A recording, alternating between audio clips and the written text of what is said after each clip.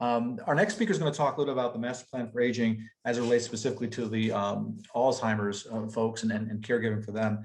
She is Edie Yao, who's the Director of Diversity, Equity, and Inclusion for the Alzheimer's Association of Northern California and Northern Nevada. She provides strategic direction on equity and inclusion for a world without Alzheimer's and other dementia. She's responsible for developing culturally relevant programs to effectively reach underserved communities. And she's on the Executive Council for AARP California and is a member of the Master Plan for Aging Equity Advisory Committee.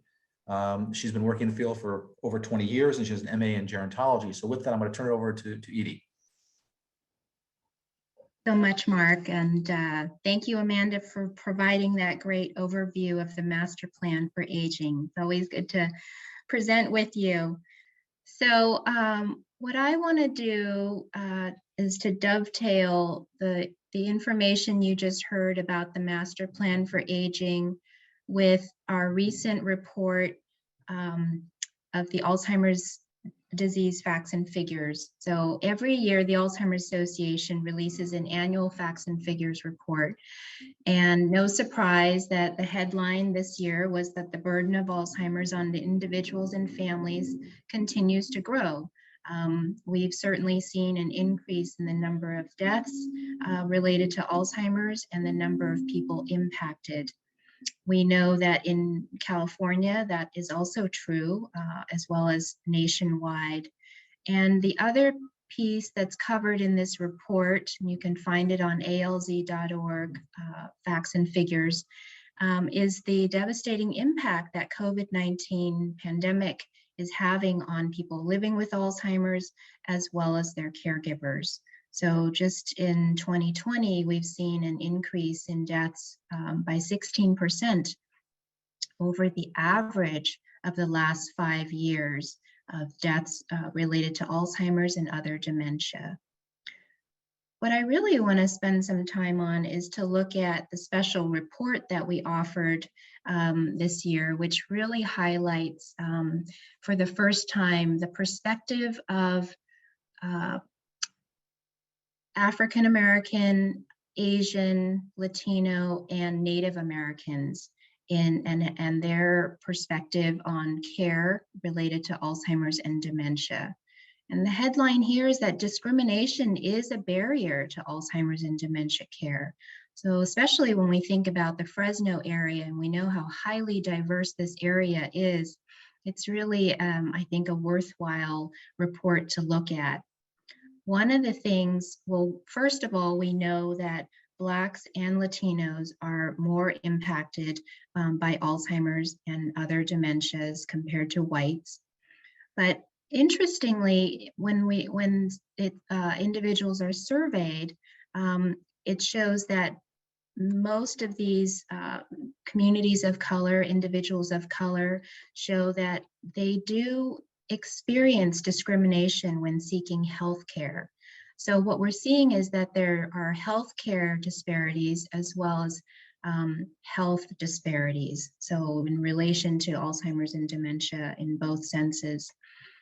I think the other important notable information that we found here is that when we look at knowledge and stigma, that information and their concern for Alzheimer's and dementia also varies. So 35% of Black Americans are in fact concerned about developing dementia, 25% of Native Americans, 46% of Asian Americans, and 41% of Hispanic Americans. So recently we did a focus group or a community assessment forum in Fresno to examine the knowledge and stigma around Alzheimer's.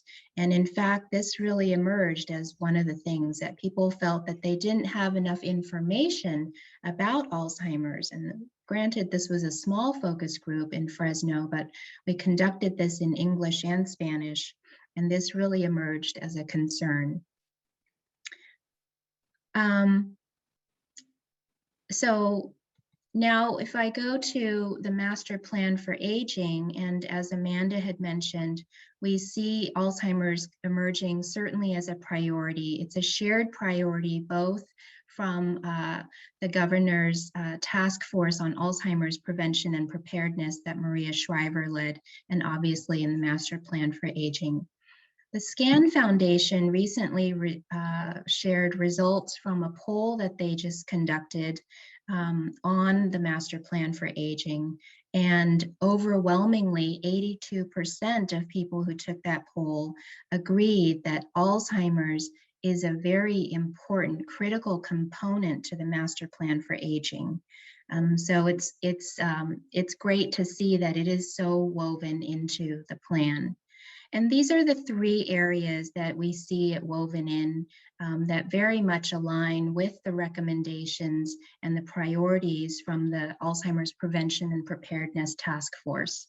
One is equity that you've heard. So not only to include communities of color, but also LGBTQ and women.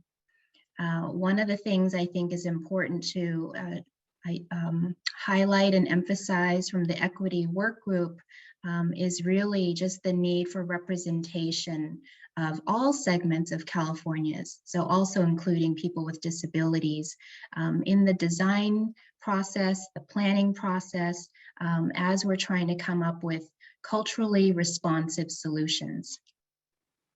The other area is quality dementia care. So this is really a place where we can see that the urgent issues related to Alzheimer's are cross-cutting, and it's not any one particular area that we need to look at. It's really across the entire continuum from normal aging, mild cognitive impairment, identifying the warning signs to end-of-life care.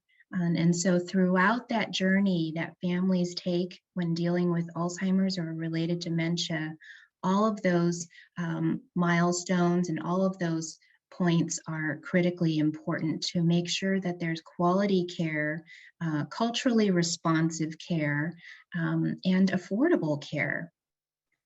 The last piece here is caregiver supports. And so that's the piece. When we think about how many people care for someone with Alzheimer's, we know that California has just over 1 million caregivers.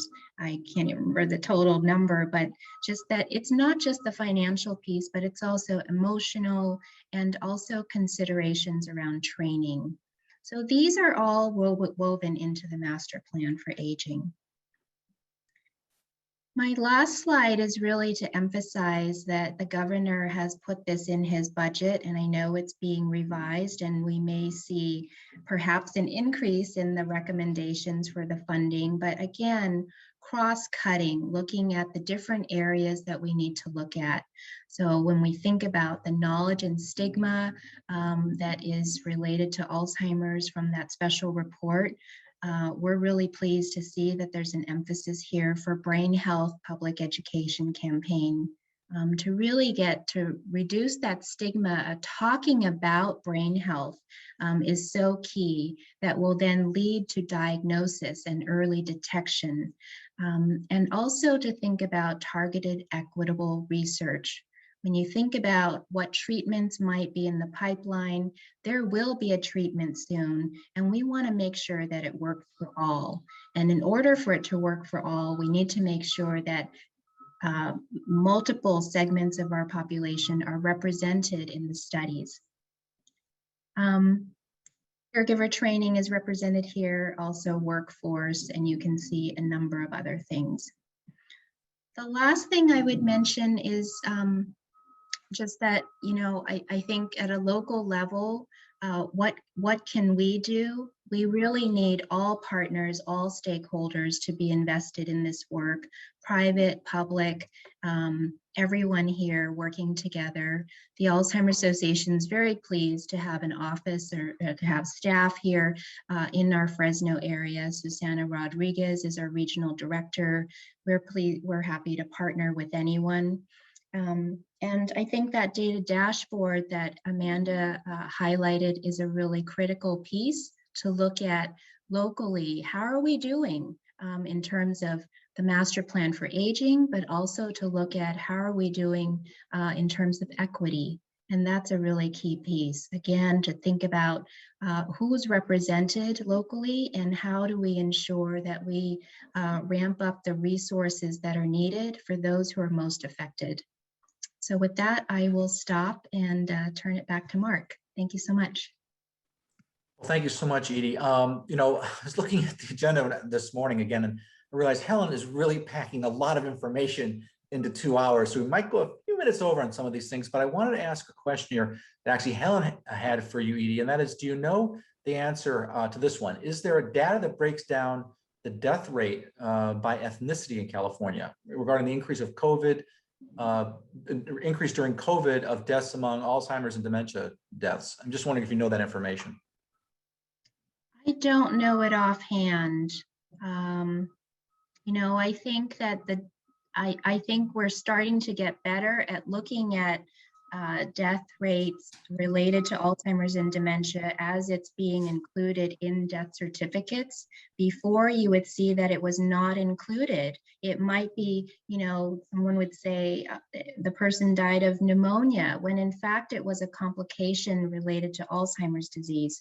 So we're starting to see that included more, but I don't know offhand where we would find that breakdown. Yeah, that's interesting. My dad had Huntington's disease, Mm-hmm. and he ended up dying from complications of pneumonia. And so I have to go back and actually look at his death certificate. I think it did say complications from Huntington's, but in any event, yeah, sometimes when you have a number of things going on there, you're not sure exactly what the real cause is. But thank you very much for that presentation, Edie. Really appreciate it.